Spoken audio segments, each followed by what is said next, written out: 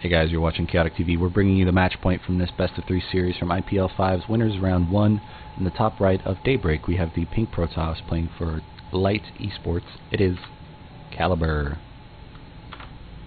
His opponent winning game 1, losing game 2. The purple Zerg from WnrRnd1 Esports. It is Vortix under the IDs and motto. Now, Caliber shown that he is a very powerful standard player if you allow him to get to that point in the game, but he looks like he's going to go for that Forge Fast Expand. Showed his very powerful standard play in the last game. Now, being an American, he's got a bit of choice when it comes to the metagame. A lot of times Americans are just behind the Koreans on the metagame because Koreans forge the metagame, but he's pretty much decided to do whatever he wants. We have a lot of choices watching the Korean metagame, but since the Koreans forge the metagame, it's not exactly the point that Americans are able to do something that will outwit a Korean once you put it on a Korean server. That's unfortunate to say, but it is true. There are not completely bad American players. I actually really enjoy watching the Americans, but when you see them in the Pro League, you can see how powerful Koreans are, probably simply because of their training regimen. Kespa players have to train for like 10 hours a day. It's kind of ridiculous, a couple days a week.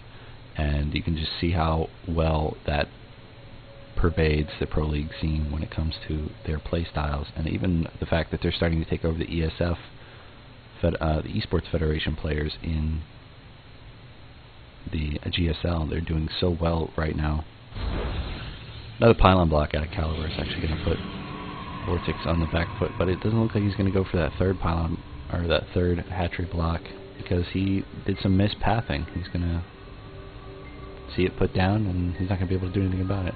Oh, there's the hatchery. He did a little bit of pathing to trick Vortix into thinking that he's not going to be able to block that third, or he doesn't want to, but now he's just going to cannon it, which, as you can see, the hatchery does not see it, and if you can't see it, you can't hear it on the map, even if you're watching that.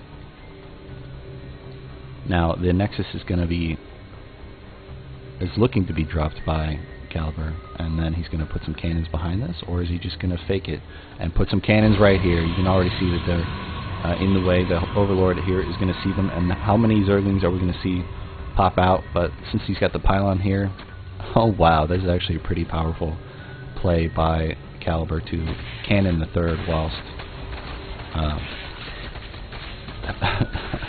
while hatch blocking the second one, or the natural. You can see the cannon was allowed to be seen by one Zergling at a time, allowed to be attacked by one Zergling at a time, and this probe is doing what it can to save its life. You can see it's only got one more hit left on it, and if it loses, there it goes. But the hatchery will start to get hit.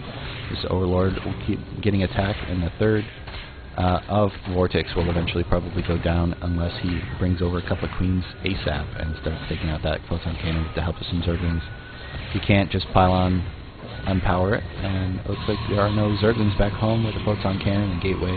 Caliber has opened up this game very differently from the last two, and we're going to see that how it pays off, essentially. Now the hatchery is down for Vortix. The third is up, and he's going to use this extra production before the pylon gets killed. But he's already brought in another probe to do some more pylon attacking right now, or excuse me, pylon placement. There are enough Zerglings over here to probably take out this probe, and if the Queen wanted to target fire that probe, you could probably take it out before any more cannons put down. But you can see how quickly these Zerglings get killed by a single cannon, and if this cannon goes down, he's just going to put down another one behind it. The hatchery is about half health right now, and how many kills does the cannon have? 14. He's already got a second cannon down. It's going to be even harder for the Spanish player to start killing off the units that are left here. Another cannon finishes up as the other cannon dies, and now Vortix is in serious trouble. This creep has killed the cannon placement of this, and he could actually probably put another one down here, or at least pylon block this cannon off so it can't be attacked. But you can see how quickly, how much damage Caliber has been able to do while back home, and he's safe and sound, continuing to attack up to pretty standard stuff. It's only delayed by about 2 minutes since he spent all his money on these cannons.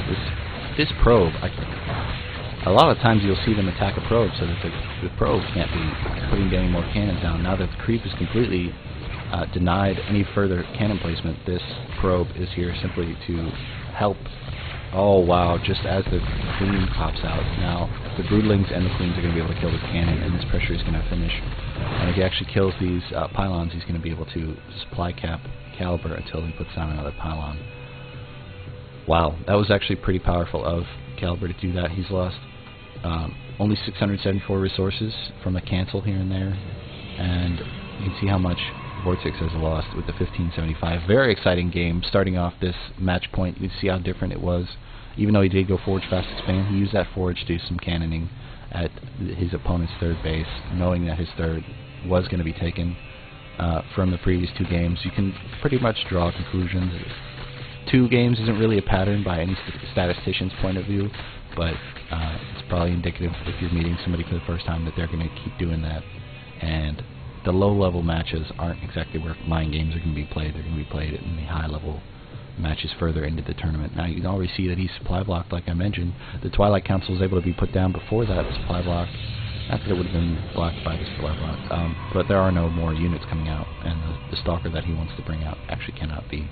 The Warp Gate research is about 3/4 of the way done, and Zenmato, Vortix, is now putting his third hatch down for realsies. He will not be able to go into the late game tech in the next 5 minutes like he wanted to in the last 2 games. He's going to have to go for some 3-base play as a Zerg as opposed to the 4 bases that he was putting down. And we see a huge amount of gateways coming in for Caliber right now. He might actually take this advantage that he's been able to give himself with the higher harvester count that he's had for a while now. And you see, since he's got that higher harvester count and he's had it for a lot longer time on 2 bases, he was able to saturate his natural. Well, I guess he hasn't fully saturated it yet. He's continuing to build up. No more probes. Okay, never mind. That was a completely wrong chain of thought. But he's going for Dark Templar. Very powerful. With this many gates, if he saves up enough money to drop a huge amount of Dark Templar, there's not going to be any vision from Vortix, as he's just now getting his layer and halfway through it. There are 2 Sport Crawlers actually coming down. I was wrong about that, but you can see how quickly a Dark Templar takes down a Sport Crawler at any point of the game by just watching any game where Dark Templar comes out. You see how quickly they are taken down. That's just a whole stupid sentence. I don't know what's going on with me, guys. Something's crazy going on with my brain today. You can already see 4 gases are taken by Vortix, and he's going to try to do some kind of higher tech play, but if he gambles wrong by going for that higher tech as opposed to a little bit of safety, these 8 gateways are going to punish the crap out of him. Usually 7's all you can see on a second base, but it looks like a third base is going to be tried to put down by Caliber when he saves up enough money. Looking at the APM of these 2 players is actually, it's impressive. They could probably jump up to 250 without even really any kind of problem. Let's look at this. There we go. That's a cool one. How many workers were killed by those 14 cannons? Only 4. And this queen is going to die. This third base is going to be completely wrecked. Big force field holding off all. Wow, that's a whole lot of drones. I don't think Vortix is going to be able to recover from those lost drones and the loss of his third base. And this army pushing in right now. Got 10 roaches coming in, but with no overseers. Just a simple Sport Crawler. He's not going to be able to see these Dark Templar that are going to continue to warp in. This many roaches against this many Stalkers is going to be a big problem. I don't know why he's rallied all the way up there. What he's continuing to do. Maybe he's just trying to kill off the pylons that are back. It looks like Vortix is going to lose this series, unfortunately.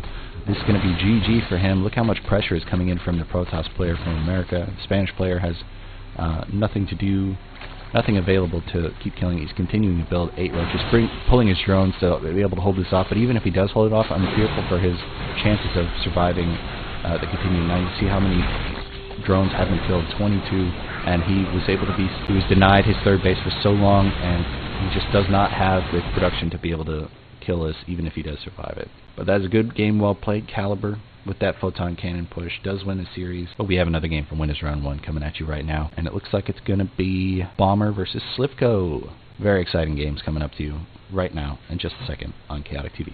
Cheers.